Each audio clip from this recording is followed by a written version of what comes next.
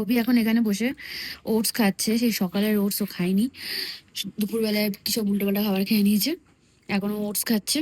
High protein. আর এখানে গরমে গরমে শেক নিচ্ছি আমরা, এর পুরো ধোঁয়াটা ওপর থেকে বাইরে বেরিয়ে যায়, দারুণ এক্সপিরিয়েন্স। আর আমি তোর হাতে শেকও নিচ্ছি। আর এই ভাইয়ের সাথে অনেক কথা বলছি, ভাই প্রচন্ড ভালো গল্প করছে আমাদের সবার সাথে। আর বলছিল যে কালকে 60 জন টুরিস্ট ছিল, আজকে আমরা প্রচন্ড লাকি, সেই কারণে আজকে টুরিস্ট খুব কম, তো আমরা এখানে বসতে পেরেছি, আগুন মানে হাত সেঁকতে পারছি, কালকে এখানে বসতেই পারতাম না। এটাই বললো, না সত্যিও তাহলে লাকি ফিলই হচ্ছে, মানে এখানে বসে যার উঠতে ইচ্ছা করছে না। আমরা বলছি কি বলছি বলতো, আমরা বলছি আমাদেরকে এখানে শুতে দিয়ে দাও, তো রুম তোমরা নিয়ে নাও।